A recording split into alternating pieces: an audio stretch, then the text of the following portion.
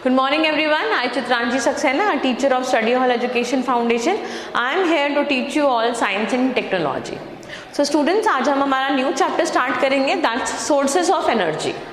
Okay अच्छा, energy क्या होती है, importance of energy in our life क्या है. हम हमारी लाइफ का कोई भी काम विदाउट एनर्जी नहीं कर सकते. अगर हमारी बॉडी के अंदर एनर्जी होगी तो हम उठ बैठ पाएंगे, काम कर पाएंगे. कुछ भी खाना बनाने के लिए हमें इलेक्ट्रिक एनर्जी या या जो एलपीजी हम यूज कर रहे हैं, एलपीजी सिलेंडर्स यूज कर रहे हैं, वो एनर्जी, या हम आग पे खाना बना रहे हैं, चूल्हे पे बना रहे हैं, तो हमें हीट एनर्जी हमारे वेसल को देनी ही पड़ेगी, तभी हम खाना बना पाएंगे. ठीक है. अगर हमें कपड़े धोने हैं, हमें घर का हमारा कोई भी काम करना है, हमें लाइट ऑन करनी है, फैन ऑन करना है, हम कितनी सारी एनर्जी रिसोर्सेज को यूज कर रहे हैं, है ना. इलेक्ट्रिक एनर्जी यूज कर रहे हैं, हम हीट एनर्जी यूज कर रहे हैं. अगर हम हीटर्स यूज कर रहे हैं, अगर हम इंडक्शन कुकटॉप यूज कर रहे हैं, अगर हम गैस यूज कर रहे हैं, हर चीज हमारा जितने भी अप्लायंसेस हैं वो पहली बात तो इलेक्ट्रिकल एनर्जी से ही रन हो रहे हैं, और उनसे अगर हम कोई भी काम कर रहे हैं इट मीन्स हम एनर्जी का यूज कर रहे हैं. Energy is very important in our day to day life. अच्छा, एनर्जी के कई फॉर्म होते हैं. The various forms of energy are heat energy, light energy, mechanical energy, electrical energy, chemical energy, sound energy. Okay, इन सभी चीजों से हमें एनर्जी मिलती है. ठीक है, हमने शुरू से पढ़ा हुआ है. अच्छा, energy can never be created और destroyed, it can only be transformed from one form to another. ठीक है, एनर्जी का सिर्फ ट्रांसफॉर्मेशन पॉसिबल है, हम इसे ना ही क्रिएट कर सकते हैं, ना ही हम इसे डिस्ट्रॉय कर सकते हैं. ठीक, तो ये सोर्सेज हैं एनर्जी के जिससे हम अपने काम कर सकते हैं. जैसे हम हीट एनर्जी को with the help of solar panels या with the help of solar cooker हम खाना बनाने के लिए या इलेक्ट्रिसिटी जनरेट करने के लिए हम हीट एनर्जी यूज कर सकते हैं. लाइट एनर्जी अगर है तो लाइट एनर्जी फोटोवोल्टेइक सेल में अगर हम यूज करें तो अगेन सोलर पैनल्स दोनों चीजों पे काम करते हैं. हीट एनर्जी और लाइट एनर्जी दोनों पे काम करते हैं. तो लाइट एनर्जी के प्रेजेंस में हम लाइट एनर्जी से इलेक्ट्रिकल एनर्जी जनरेट कर सकते हैं. ठीक है, जैसे फोटोवोल्टेइक सेल काम करते हैं. देन मैकेनिकल एनर्जी, जो जनरेटर होते हैं जब उन्हें हम ऑन करते हैं तो जनरेटर ऑन करने से हम पहले उसकी मोटर को घुमाते हैं एंड देन फिर जनरेटर घूमता है और जनरेटर के घूमने से इलेक्ट्रिसिटी जनरेट होती है. ठीक है, सिमिलरली टर्बाइंस जो होती हैं हमारी, वाटर टर्बाइन या स्टीम टर्बाइन, वो भी मैकेनिकल एनर्जी को ही इलेक्ट्रिकल एनर्जी में कन्वर्ट करती हैं. देन इलेक्ट्रिकल एनर्जी इटसेल्फ हमारा यूज होता है. केमिकल एनर्जीज, केमिकल एनर्जी में हम अगर जो हमारे केरोसिन है, पेट्रोल है, इसको बर्न कर रहे हैं, इनको बर्न करने से हमारा इंजन आगे बढ़ रहा है, that means chemical energy is converting into mechanical energy. Okay, then sound energy, sound energy से ही हम चीजों को सुन पा रहे हैं. ठीक है, जो हम बोल रहे हैं वो हम कन्वे कर पा रहे हैं आगे. ठीक, so now different sources of energy. ये एनर्जीज हमें मिलती कहाँ से हैं? ओके, तो coal, petrol, kerosene, diesel, natural gas, hydroelectric power, windmill, solar panel, biomass, these are the different sources of energy जिससे हमें एनर्जी मिलती है.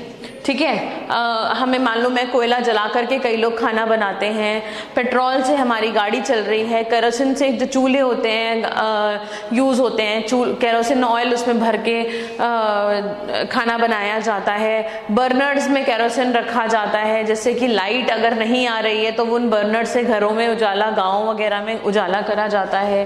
डीजल की हेल्प से हमारे जनरेटर और कई सारे मोटर व्हीकल्स रन हो रहे हैं. नेचुरल गैस का यूज हम कर रहे हैं, सीएनजी, कंप्रेस्ड नेचुरल गैस का यूज कर रहे हैं, और कई सारे व्हीकल्स और लोकल कन्वेंस हैं, बसेस हैं, ऑटो रिक्शाज हैं, वो सब नेचुरल गैस से रन हो रहे हैं. देन हाइड्रो इलेक्ट्रिक पावर से इलेक्ट्रिक पावर जनरेट हो रही है. वाटर से हमारी इलेक्ट्रिक पावर जनरेट करने को हाइड्रो इलेक्ट्रिक पावर कहते हैं। विंड मिल की हेल्प से फ्लोर मिल चल रही हैं, विंड मिल की हेल्प से वाटर टर्बाइंस चल रहे हैं जिससे वाटर आ रहा है। हवा ऊपर जो हवा बहती है उससे विंड मिल घूमती है और विंड मिल घूमने के बाद जो शाफ्ट होता है वो नीचे आकर के वो एक मिल को रोटेट कर रहा है जिससे कि हमारा आटा पिस रहा है। या वहाँ पर वेरियस चीज़ों को हम इम्प्लीमेंट कर सकते हैं कि मैकेनिकल एनर्जी से हम किस चीज़ में कन्वर्जन कर रहे हैं। देन सोलर पैनल्स हमारे इंस्टॉल हो रहे हैं। सोलर पैनल के इंस्टॉलेशन से जो हमारी सन की अल्टीमेट सोर्स ऑफ एनर्जी है, सन की एनर्जी को ट्रांसफ़र किया जा रहा है और इलेक्ट्रिकल एनर्जी में कन्वर्ट करा जा रहा है, ठीक है।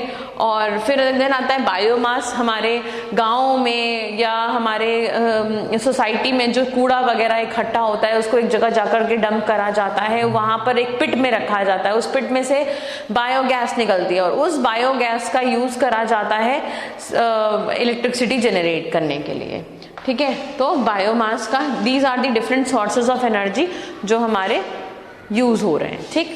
देन एनर्जी सोर्सेज हमारे दो तरीके के होते हैं। जितने भी एनर्जी सोर्सेज हैं ये हमारे डिवाइडेड हैं in two categories, okay. These two categories are renewable energy sources and non renewable energy sources.